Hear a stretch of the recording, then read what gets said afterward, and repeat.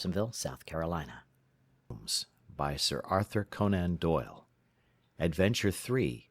A Case of Identity.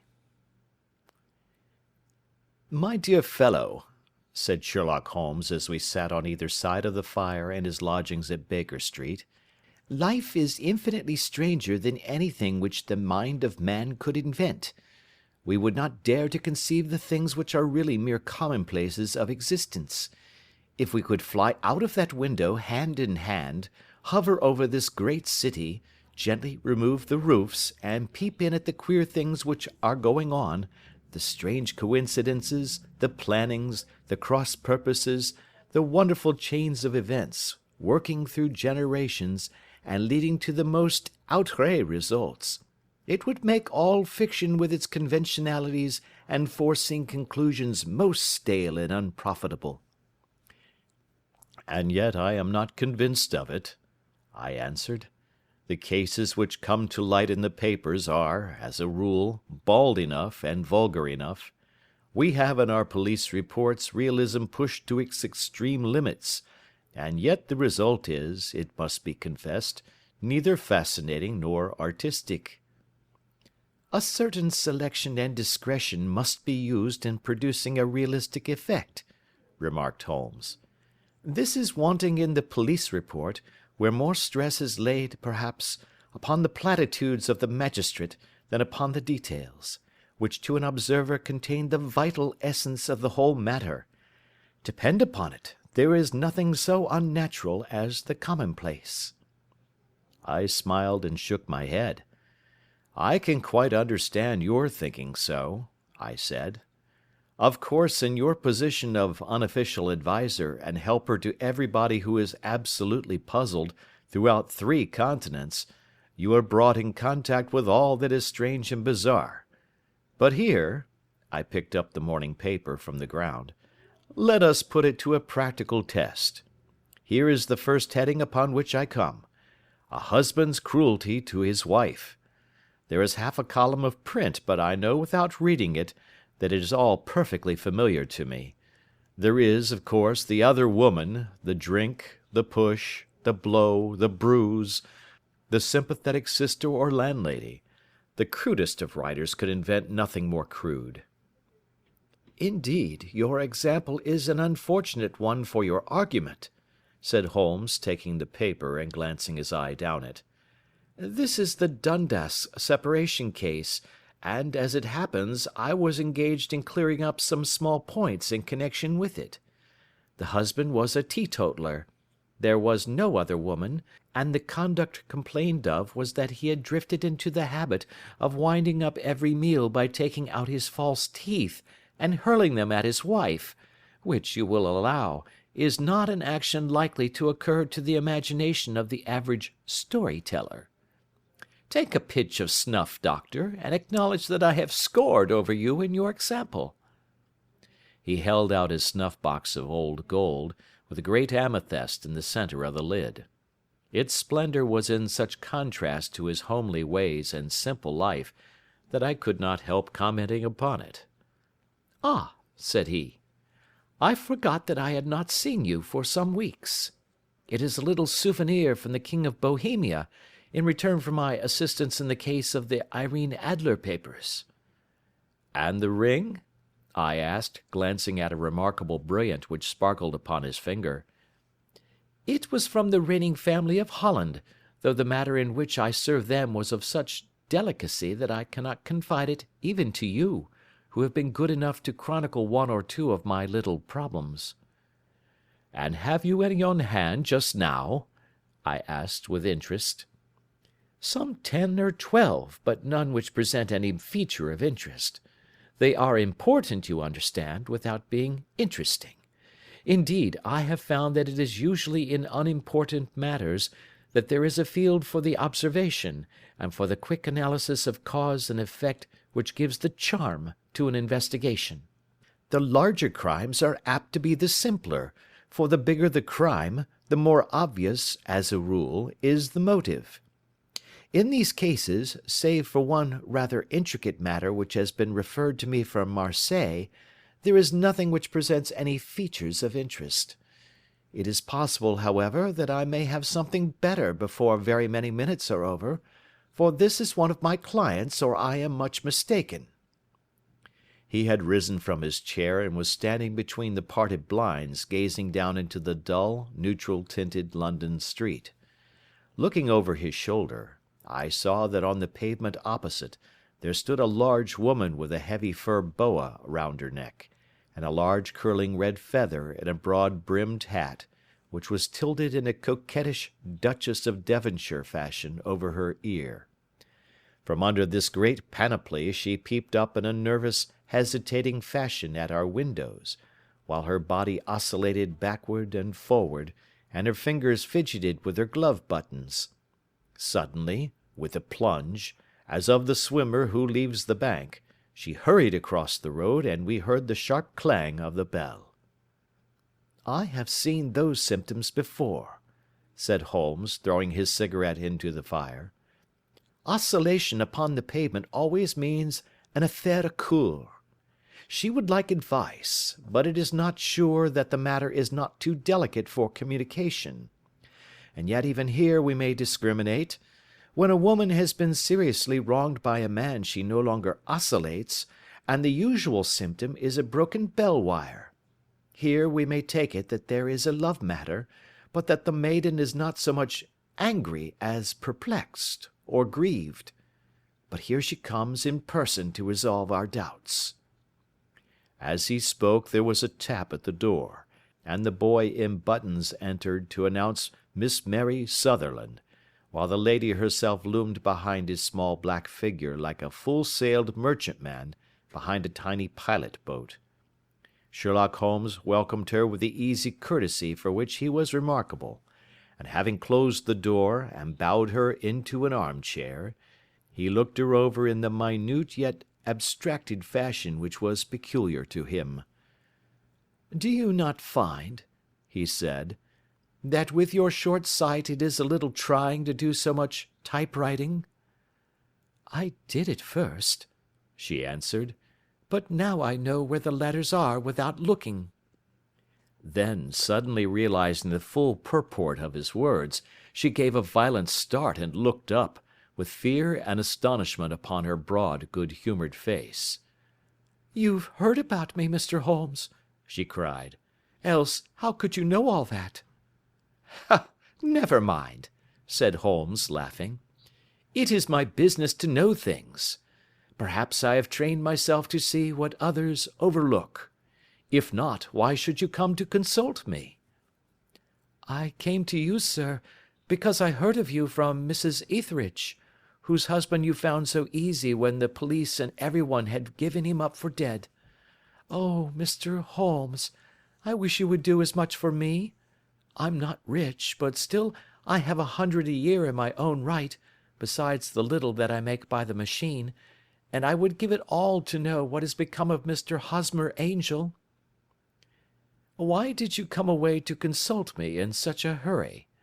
asked Sherlock Holmes, with his finger-tips together and his eyes to the ceiling. Again a startled look came over the somewhat vacuous face of Miss Mary Sutherland. "Yes, I did bang out of the house," she said, "for it made me angry to see the easy way in which Mr. Winbank, that is, my father, took it all. He would not go to the police, and he would not go to you, and so at last, as he would do nothing, and kept on saying that there was no harm done, it made me mad, and I just on with my things and came right away to you." "Your father?" said Holmes. "Your stepfather, surely, since the name is different." "Yes, my stepfather. I call him father, though it sounds funny, too, for he is only 5 years and 2 months older than myself." "And your mother is alive?"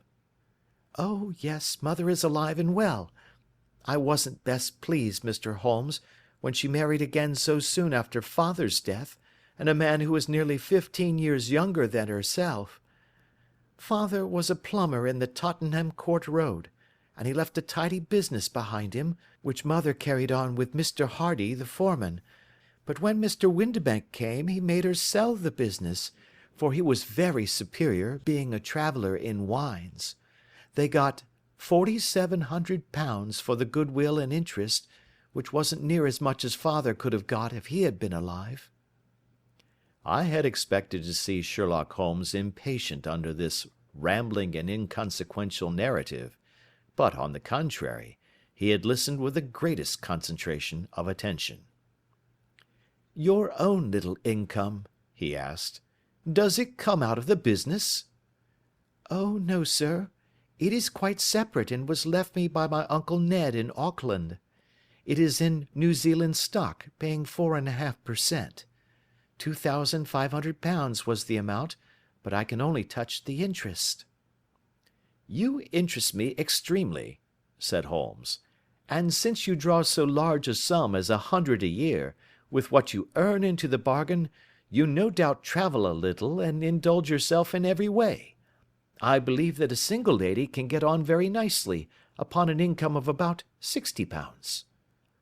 "I could do with much less than that, Mr. Holmes, but you understand that as long as I live at home I don't wish to be a burden to them, and so they have the use of the money just while I am staying with them. Of course, that is only just for the time. Mr. Windibank draws my interest every quarter and pays it over to mother, and I find that I can do pretty well with what I earn at typewriting. It brings me twopence a sheet, and I can often do from 15 to 20 sheets in a day." "You have made your position very clear to me," said Holmes.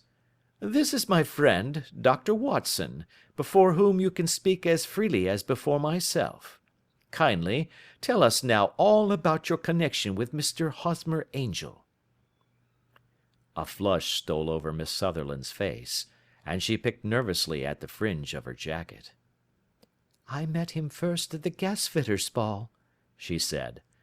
"They used to send father tickets when he was alive, and then afterwards they remembered us, and sent them to mother. Mr. Windibank did not wish us to go. He never did wish us to go anywhere. He would get quite mad if I wanted so much as to join a Sunday school treat. But this time I was set on going, and I would go, for what right had he to prevent? He said the folk were not fit for us to know, when all father's friends were to be there, and he said that I had nothing fit to wear, when I had my purple plush that I had never so much as taken out of the drawer. At last, when nothing else would do, he went off to France upon the business of the firm, but we went, mother and I, with Mr. Hardy, who used to be our foreman, and it was there I met Mr. Hosmer Angel." "I suppose," said Holmes, "that when Mr. Windibank came back from France, he was very annoyed at your having gone to the ball." "Oh, well, he was very good about it. He laughed, I remember, and shrugged his shoulders, and said there was no use denying anything to a woman, for she would have her way." "I see. Then at the gasfitters' ball you met, as I understand, a gentleman called Mr. Hosmer Angel." "Yes, sir. I met him that night, and he called next day to ask if we had got home all safe, and after that we met him. That is to say, Mr. Holmes, I met him twice for walks, but after that father came back again, and Mr. Hosmer Angel could not come to the house any more." "No." "Well, you know father didn't like anything of the sort. He wouldn't have any visitors if he could help it, and he used to say that a woman should be happy in her own family circle. But then, as I used to say to mother, a woman wants her own circle to begin with, and I had not got mine yet." "But how about Mr. Hosmer Angel? Did he make no attempt to see you?" "Well, father was going off to France again in a week, and Hosmer wrote and said that it would be safer and better not to see each other until he had gone. We could write in the meantime, and he used to write every day. I took the letters in the morning, so there was no need for father to know." "Were you engaged to the gentleman at this time?" "Oh, yes, Mr. Holmes. We were engaged after the first walk that we took. Hosmer, Mr. Angel, was a cashier in an office in Leadenhall Street, and—" "What office?" "That's the worst of it, Mr. Holmes. I don't know." "Where did he live, then?" "He slept on the premises." "And you don't know his address?" "No, except that it was Leadenhall Street." "Where did you address your letters, then?" "To the Leadenhall Street post office, to be left till called for. He said that if they were sent to the office he would be chaffed by all the other clerks about having letters from a lady, so I offered to typewrite them, like he did his, but he wouldn't have that, for he said that when I wrote them they seemed to come from me, but when they were typewritten he always felt that the machine had come between us. That will just show you how fond he was of me, Mr. Holmes, and the little things that he would think of." "It was most suggestive," said Holmes. "It has long been an axiom of mine that the little things are infinitely the most important. Can you remember any other little things about Mr. Hosmer Angel?" "He was a very shy man, Mr. Holmes. He would rather walk with me in the evening than in the daylight, for he said that he hated to be conspicuous. Very retiring and gentlemanly he was. Even his voice was gentle. He'd had the quinsy and swollen glands when he was young, he told me, and it had left him with a weak throat and a hesitating, whispering fashion of speech. He was always well dressed, very neat and plain, but his eyes were weak just as mine are, and he wore tinted glasses against the glare." "Well, and what happened when Mr. Windibank, your stepfather, returned to France?" "Mr. Hosmer Angel came to the house again, and proposed that we should marry before father came back. He was in dreadful earnest, and made me swear, with my hands on the testament, that whatever happened I would always be true to him. Mother said he was quite right to make me swear, and that it was a sign of his passion. Mother was all in his favour from the first, and was even fonder of him than I was. Then, when they talked of marrying within the week, I began to ask about father, but they both said never to mind about father, but just to tell him afterwards, and mother said she would make it all right with him. I didn't quite like that, Mr. Holmes. It seemed funny that I should ask his leave, as he was only a few years older than me, but I didn't want to do anything on the sly, so I wrote to father at Bordeaux, where the company has its French offices, but the letter came back to me on the very morning of the wedding." "It missed him, then?" "Yes, sir, for he had started to England just before it arrived." "Ha! That was unfortunate. Your wedding was arranged, then, for the Friday. Was it to be in church?" "Yes, sir, but very quietly. It was to be at Son Saviour's, near King's Cross, and we were to have breakfast afterwards at the St. Pancras Hotel. Hosmer came for us in a hansom, but as there were two of us, he put us both into it and stepped himself into a four-wheeler, which happened to be the only other cab in the street.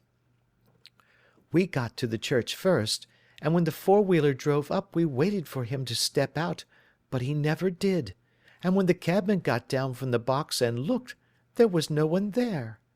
The cabman said that he could not imagine what had become of him, for he had seen him get in with his own eyes.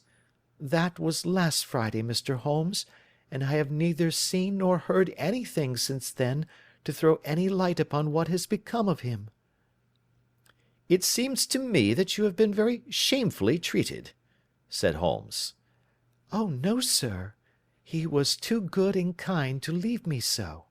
Why, all the morning he was saying to me that, whatever happened, I was to be true, and that even if something quite unforeseen occurred to separate us, I was always to remember that I was pledged to him, and that he would claim his pledge sooner or later. It seemed strange talk for a wedding morning, but what has happened since gives a meaning to it." "Most certainly it does. Your own opinion is, then, that some unforeseen catastrophe has occurred to him?" "Yes, sir. I believe that he foresaw some danger, or else he would not have talked so, and then I think that what he foresaw happened." "But you have no notion as to what it could have been?" "None." "One more question. How did your mother take the matter?" She was angry, and said that I was never to speak of the matter again." "And your father? Did you tell him?" "Yes, and he seemed to think, with me, that something had happened, and that I should hear of Hosmer again. As he said, what interest could anyone have in bringing me to the doors of the church, and then leaving me? Now, if he had borrowed my money, or if he had married me and got my money settled on him, there might be some reason, but Hosmer was very independent about money, and never would look at a shilling of mine. And yet, what could have happened? And why could he not write? Oh, it drives me half mad to think of it, and I can't sleep a wink at night." She pulled a little handkerchief out of her muff, and began to sob heavily into it. "I shall glance into the case for you," said Holmes, rising, "and I have no doubt that we shall reach some definite result. Let the weight of the matter rest upon me now, and do not let your mind dwell upon it further. Above all, try to let Mr. Hosmer Angel vanish from your memory, as he has done from your life." "Then you don't think I'll see him again?" "I fear not." "Then what has happened to him?" "You will leave that question in my hands. I should like an accurate description of him, and any letters of his which you can spare." "I advertised for him in last Saturday's Chronicle," said she. "Here is the slip, and here are 4 letters from him." "Thank you. And your address?" "Number 31 Lion Place, Camberwell." "Mr. Angel's address you never had, I understand. Where is your father's place of business?" "He travels for Westhouse and Marbank, the great claret importers of Fenchurch Street." "Thank you. You have made your statement very clearly. You will leave the papers here, and remember the advice which I have given you. Let the whole incident be a sealed book, and do not allow it to affect your life." "You are very kind, Mr. Holmes, but I cannot do that. I shall be true to Hosmer. He shall find me ready when he comes back." For all the preposterous hat and the vacuous face, there was something noble in the simple faith of our visitor which compelled our respect. She laid her little bundle of papers upon the table and went her way, with a promise to come again whenever she might be summoned. Sherlock Holmes sat silent for a few minutes with his finger-tips still pressed together, his legs stretched out in front of him, and his gaze directed upward to the ceiling. Then he took down from the rack the old and oily clay pipe, which was to him as a counsellor, and, having lit it, he leaned back in his chair, with the thick blue cloud-wreaths spinning up from him, and a look of infinite languor in his face. "Quite an interesting study, that maiden," he observed. "I found her more interesting than her little problem, which, by the way, is rather a trite one. You will find parallel cases, if you consult my index, in Andover in '77, and there was something of the sort at The Hague last year. Old as is the idea, however, there were 1 or 2 details which were new to me, but the maiden herself was most instructive." "You appeared to read a good deal upon her which was quite invisible to me," I remarked. "Not invisible, but unnoticed, Watson. You did not know where to look, and so you missed all that was important. I can never bring you to realize the importance of sleeves, the suggestiveness of thumbnails, or the great issues that may hang from a bootlace. Now, what did you gather from that woman's appearance? Describe it." "Well, she had a slate-coloured, broad-brimmed straw hat, with a feather of a brickish red. Her jacket was black, with black beads sewn upon it, and a fringe of little black jet ornaments. Her dress was brown, rather darker than coffee colour, with a little purple plush at the neck and sleeves. Her gloves were greyish and were worn through at the right forefinger. Her boots I didn't observe. She had small round hanging gold earrings, and a general air of being fairly well-to-do in a vulgar, comfortable, easy-going way." Sherlock Holmes clapped his hands softly together and chuckled. "'Pon my word, Watson, you are coming along wonderfully. you have really done very well indeed. It is true that you have missed everything of importance, but you have hit upon the method, and you have a quick eye for colour. Never trust to general impressions, my boy, but concentrate yourself upon details. My first glance is always at a woman's sleeve. In a man it is perhaps better first to take the knee of the trouser. As you observe, this woman had plush upon her sleeves, which is a most useful material for showing traces. The double line a little above the wrist, where the typewriter presses against the table, was beautifully defined. The sewing machine, of the hand type, leaves a similar mark, but only on the left arm, and on the side of it farthest from the thumb, instead of being right across the broadest part, as this was. I then glanced at her face, and, observing the dint of a pince-nez at either side of her nose, I ventured to remark upon short sight in typewriting, which seemed to surprise her. It surprised me. But surely it was obvious. I was then much surprised and interested on glancing down to observe that, though the boots which she was wearing were not unlike each other, they were really odd ones, the one having a slightly decorated toe cap, and the other a plain one.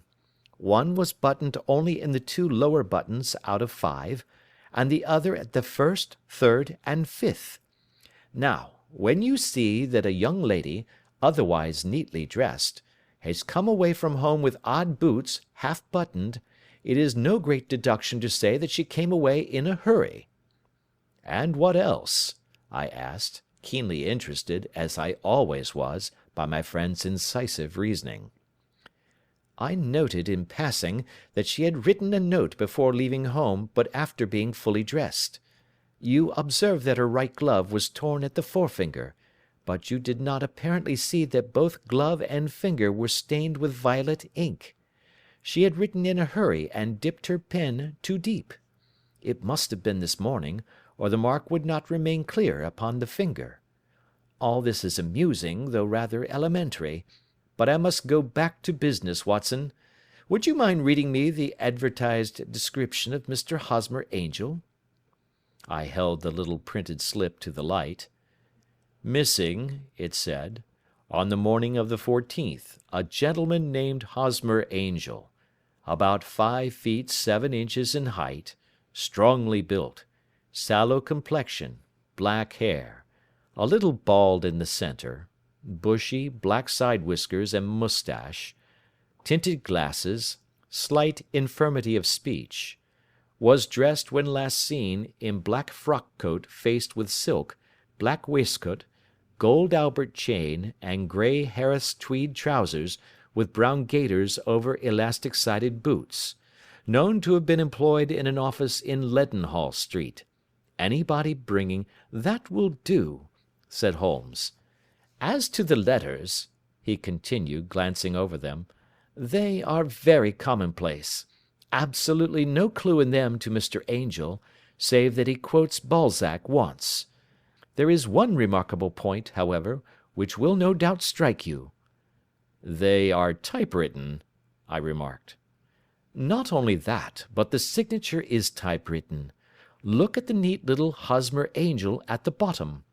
There is a date, you see, but no superscription except Leadenhall Street, which is rather vague. The point about the signature is very suggestive. In fact, we may call it conclusive." "Of what?" "My dear fellow, is it possible you do not see how strongly it bears upon the case?" "I cannot say that I do, unless it were that he wished to be able to deny his signature if an action for breach of promise were instituted." "No, that was not the point. However, I shall write 2 letters, which should settle the matter. One is to a firm in the city, the other is to the young lady's stepfather, Mr. Windibank, asking him whether he could meet us here at 6 o'clock to-morrow evening. It is just as well that we should do business with the male relatives. And now, Doctor, we can do nothing until the answers to those letters come, so we may put our little problem upon the shelf for the interim." I had had so many reasons to believe in my friend's subtle powers of reasoning and extraordinary energy in action, that I felt that he must have some solid grounds for the assured and easy demeanour with which he treated the singular mystery which he had been called upon to fathom. Once only had I known him to fail, in the case of the King of Bohemia and the Irene Adler photograph, but when I looked back to the weird business of the sign of 4, and the extraordinary circumstances connected with the study in scarlet, I felt that it would be a strange tangle indeed which he could not unravel. I left him then, still puffing at his black clay pipe, with the conviction that when I came again on the next evening, I would find that he held in his hands all the clues which would lead up to the identity of the disappearing bridegroom of Miss Mary Sutherland. A professional case of great gravity was engaging my own attention at the time, and the whole of next day I was busy at the bedside of the sufferer. It was not until close upon 6 o'clock that I found myself free, and was able to spring into a hansom and drive to Baker Street, half afraid that I might be too late to assist at the dénouement of the little mystery. I found Sherlock Holmes alone, however, half asleep, with his long, thin form curled up in the recesses of his armchair. A formidable array of bottles and test tubes, with the pungent, cleanly smell of hydrochloric acid, told me that he had spent his day in the chemical work which was so dear to him. "Well, have you solved it?" I asked as I entered. Yes, it was the bisulfate of baryta. "No, no, the mystery!" I cried. Oh, that! I thought of the salt that I had been working upon. There was never any mystery in the matter, though, as I said yesterday, some of the details are of interest. The only drawback is that there is no law, I fear, that can touch the scoundrel." "Who was he, then, and what was his object in deserting Miss Sutherland?" The question was hardly out of my mouth, and Holmes had not yet opened his lips to reply, when we heard a heavy footfall in the passage, and a tap at the door. "This is the girl's stepfather, Mr. James Windibank," said Holmes. "He has written to me to say that he would be here at 6. Come in." The man who entered was a sturdy, middle-sized fellow, some 30 years of age, clean-shaven, and sallow-skinned, with a bland, insinuating manner, and a pair of wonderfully sharp and penetrating grey eyes. He shot a questioning glance at each of us, placed his shiny top-hat upon the sideboard, and with a slight bow sidled down into the nearest chair. "Good evening, Mr. James Windibank," said Holmes. "I think that this typewritten letter is from you, in which you have made an appointment with me for 6 o'clock?" "Yes, sir. I am afraid that I am a little late, but I am not quite my own master, you know. I am sorry that Miss Sutherland has troubled you about this little matter, for I think it is far better not to wash linen of the sort in public. It was quite against my wishes that she came, but she is a very excitable, impulsive girl, as you may have noticed, and she is not easily controlled when she has made up her mind on a point. Of course, I did not mind you so much, as you are not connected with the official police, but it is not pleasant to have a family misfortune like this noised abroad. Besides, it is a useless expense, for how could you possibly find this Hosmer Angel?" "On the contrary," said Holmes quietly, "I have every reason to believe that I will succeed in discovering Mr. Hosmer Angel." Mr. Windibank gave a violent start and dropped his gloves. "I am delighted to hear it," he said. "It is a curious thing," remarked Holmes, "that a typewriter has really quite as much individuality as a man's handwriting. Unless they are quite new, no two of them write exactly alike. Some letters get more worn than others, and some wear only on one side. Now, you remark in this note of yours, Mr. Windibank, that in every case there is some little slurring over of the E, and a slight defect in the tail of the R. There are 14 other characteristics, but those are the more obvious." "We do all our correspondence with this machine at the office, and no doubt it is a little worn," our visitor answered, glancing keenly at Holmes with his bright little eyes. And now I will show you what is really a very interesting study, Mr. Windibank," Holmes continued. "I think of writing another little monograph some of these days on the typewriter and its relation to crime. It is a subject to which I have devoted some little attention. I have here 4 letters which purport to come from the missing man. They are all typewritten. In each case, not only are the E's slurred and the R's tailless, but you will observe, if you care to use my magnifying lens, that the 14 other characteristics to which I have alluded are there as well." Mr. Windibank sprang out of his chair and picked up his hat. "I cannot waste time over this sort of fantastic talk, Mr. Holmes," he said. "If you can catch the man, catch him, and let me know when you have done it." "Certainly," said Holmes, stepping over and turning the key in the door. "I let you know then that I have caught him."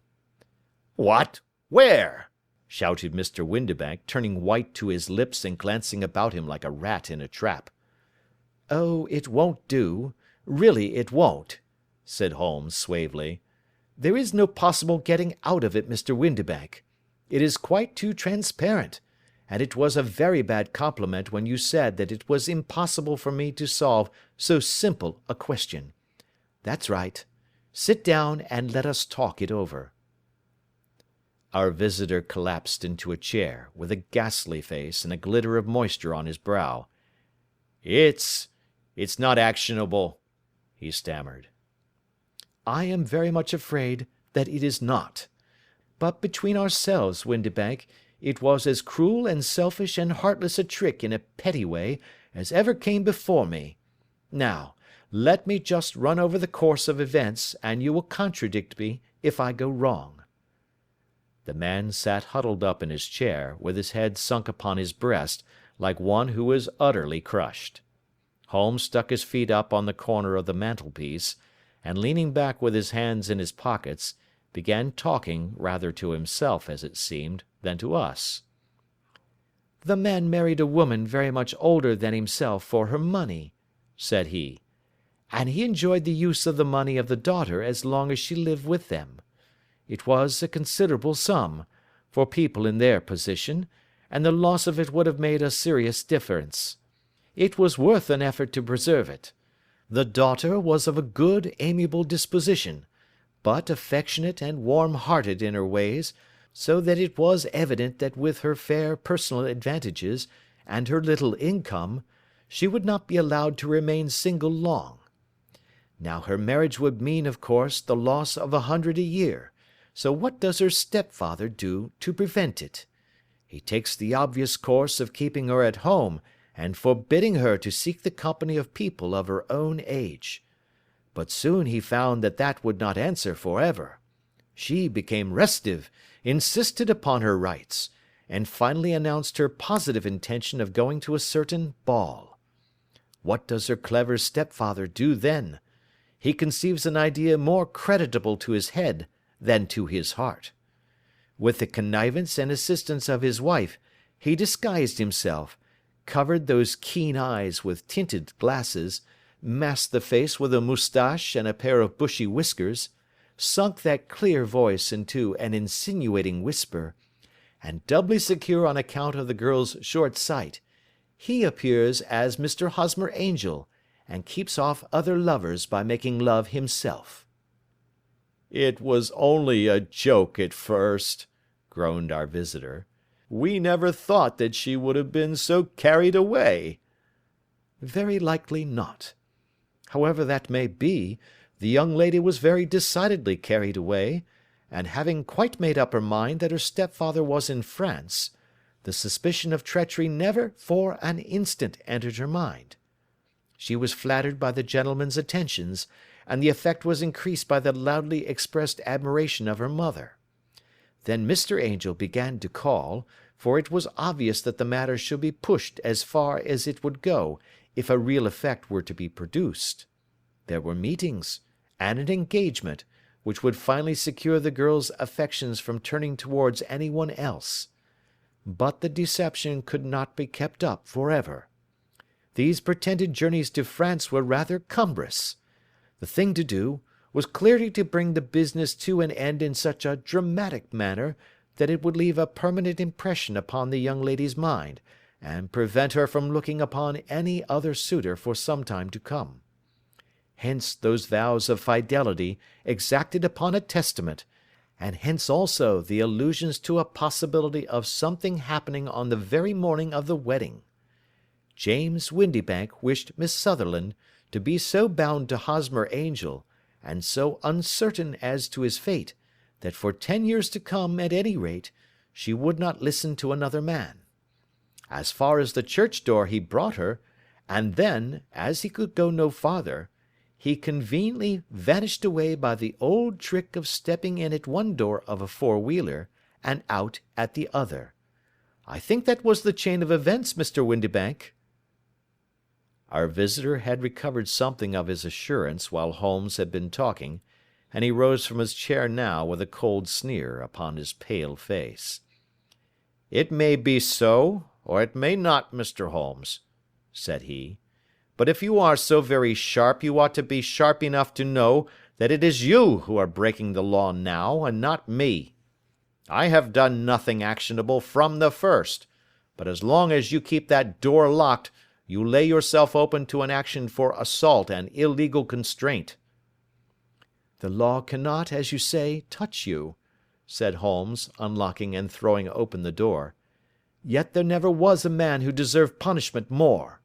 If the young lady has a brother or a friend, he ought to lay a whip across your shoulders, by Jove," he continued, flushing up at the sight of the bitter sneer upon the man's face. "It is not part of my duties to my client, but here's a hunting crop handy, and I think I shall just treat myself to—" He took 2 swift steps to the whip, but before he could grasp it there was a wild clatter of steps upon the stairs, the heavy hall door banged, and from the window we could see Mr. James Windibank running at the top of his speed down the road. "There's a cold-blooded scoundrel," said Holmes, laughing, as he threw himself down into his chair once more. "That fellow will rise from crime to crime until he does something very bad and ends on a gallows. The case has, in some respects, been not entirely devoid of interest." "I cannot now entirely see all the steps of your reasoning," I remarked. "Well, of course it was obvious from the first that this Mr. Hosmer Angel must have some strong object for his curious conduct, and it was equally clear that the only man who really profited by the incident, as far as we could see, was the stepfather. Then the fact that the 2 men were never together, but that the one always appeared when the other was away, was suggestive.